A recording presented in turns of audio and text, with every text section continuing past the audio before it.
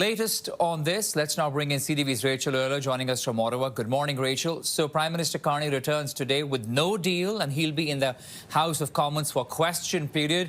He will be square that circle.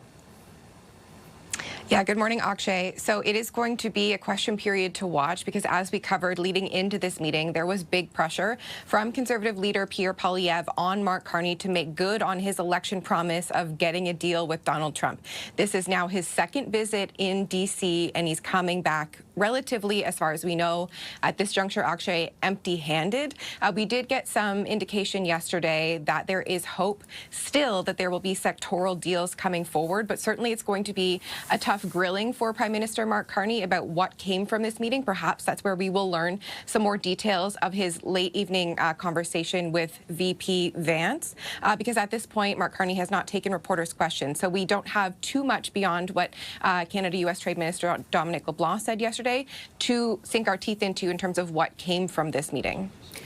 So with no deal at the moment, what can the Prime Minister say about these talks with the President? Yeah, so I think two main things really stood out to me from their Oval Office conversation yesterday that I think Canadians should kind of digest and understand. While we don't have a full deal, I think there was two key things that Canadians should kind of be aware of that came from this. One, U.S. President Donald Trump was asked, would there be some sort of baseline across-the-board tariff on Canadian goods even after CUSMA, the Canada-U.S.-Mexico Free Trade Agreement, was negotiated? Trump indicated that there will still always be some form of tariff on Canada. So worth keeping in mind that we are probably not going to negotiate a situation where we are tariff-free. And then secondly, Prime Minister Mark Carney indicated that over the next 5 years, if Canada gets the deal that they want, Canada could be investing $1 trillion in the United States over the next 5 years. So really curious to kind of parse out and figure out what exactly Mark Carney has put on the table there, what kind of investment in the U.S. that would mean. So I think those are some of the issues and areas that the Prime Minister can chat more about in the absence of a deal to discuss.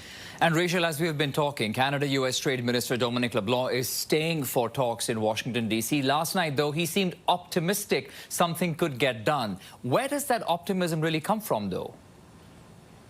Yeah, that is a fantastic question. I'm going to assume that it is based on private conversations that we are not privy to. Also, I think there is a need for the federal government to remain optimistic in their public posture. If they're coming forward and speaking about things are looking really bad, we're not going to get a deal, that would bring a whole other series of questions. So yes, LeBlanc is going to stay behind in hopes to try to shore up some of these sectoral deals. So that's what we're talking about when we talk about the steel and aluminum sector on autos. Trump made a comment yesterday suggesting that he wants Canada to do well on autos the same way the U.S. does. So interesting to see what comes there. Of course, as you alluded to off the top, Foreign Affairs Minister Anita Anand met with her counterpart Marco Rubio this morning, but she is coming back with Prime Minister Mark Carney on his plane. And Carney himself had a working breakfast, as the Prime Minister's office is calling it, with the CEO of a lobbying group that represents around 200 of America's top CEOs. All right, we'll leave it at that for a moment. CTV's Rachel Earler reporting from Ottawa this morning. Rachel, thank you.